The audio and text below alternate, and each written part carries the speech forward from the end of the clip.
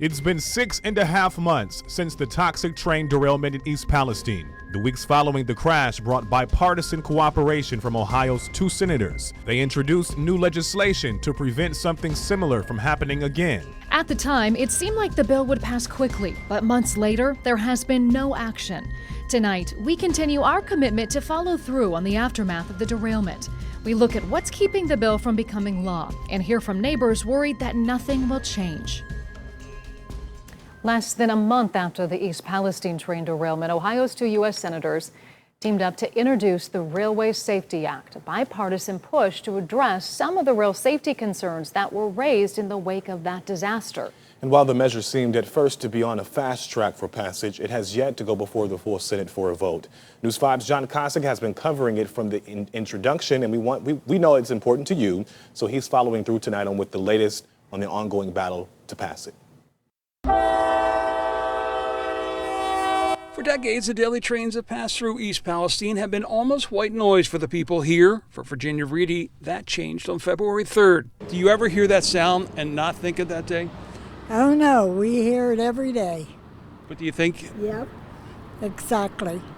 Because my daughter lives right down by it. A daughter, she says, who has been dealing with health issues since the derailment. She was among those calling for changes to rail safety in the U.S. So too was William Hugar, who we met immediately following the disaster. We need to set up a website for all the cities and states so that we can look to see what's on the train. His wish, creating new standards that require rail carriers to provide advanced notification for high-hazard flammable trains, was one of the first things written into the bipartisan Brown-Vance Railway Safety Act. Introduced in March, it also calls for tougher tank car standards, increased investment in hotbox detectors, and an investment in new tank car designs for those that carry hazardous materials. Appearing before the Ohio State Senate in April, Norfolk Southern CEO Alan Shaw promised to push for the bill's passage in Congress. And I'm going to express a full-throated endorsement for many of the safety provisions that are in the Vance-Brown bill and in the Johnson-Sykes bill. Many being the operative word. Shaw remained opposed to provisions like the one requiring at least a 2-man crew on trains. There have been compromises along the way, and as of June 12th, it appeared ready for a full vote of the Senate. We plan to have that bill on the floor next week.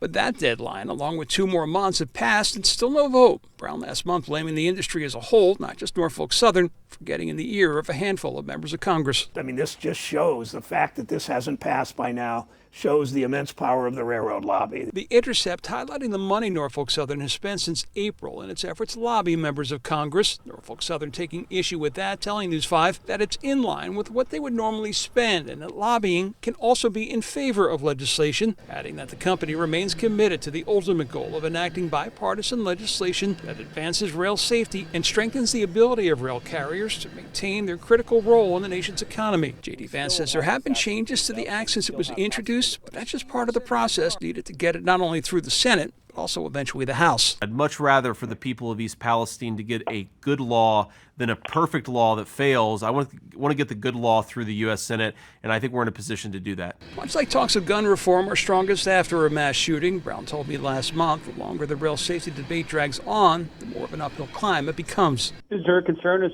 this stretches on that the drumbeat dies down of public outrage and they win in the end? My concern is exactly that. Scott Hart, for one, saw how all sides came together in February. He told me Wednesday he believes they can do it again. I'm hopeful if everybody works together, and you got times like this, you got to pull together and think positive. Well, we have been following through on the story for 6 months now, and will continue to do so. If there are stories that you would like to see me pursue further, email me, Kosick@WEWS.com. In East Palestine, John Kosick, News 5. The office of Senate Majority Leader Chuck Schumer told John this week that bringing the Rail Safety Act to the floor of the full Senate for a vote remains a high priority. The Senate is scheduled to return on September 5th. Of course, we'll keep you posted.